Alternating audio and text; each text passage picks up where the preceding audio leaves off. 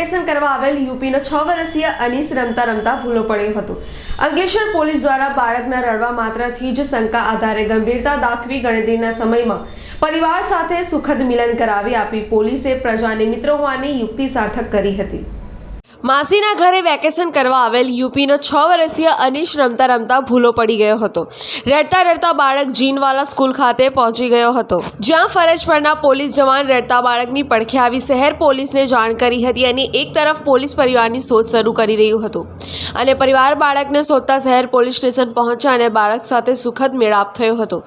Police દ્વારા બાળકના રડતા માત્રથી જ શંકા આધારે ગંભીરતા દાખવી ગણતરીના સમયમાં પરિવાર સાથે સુખદ મિલન કરાવી આપી પોલીસ પ્રજાનો મિત્ર હોવાની યુક્તિ સાર્થક કરી હતી। પિન્ટુ મોદી, જનસાક્ષી ન્યૂઝ, અંકલેશ્વર।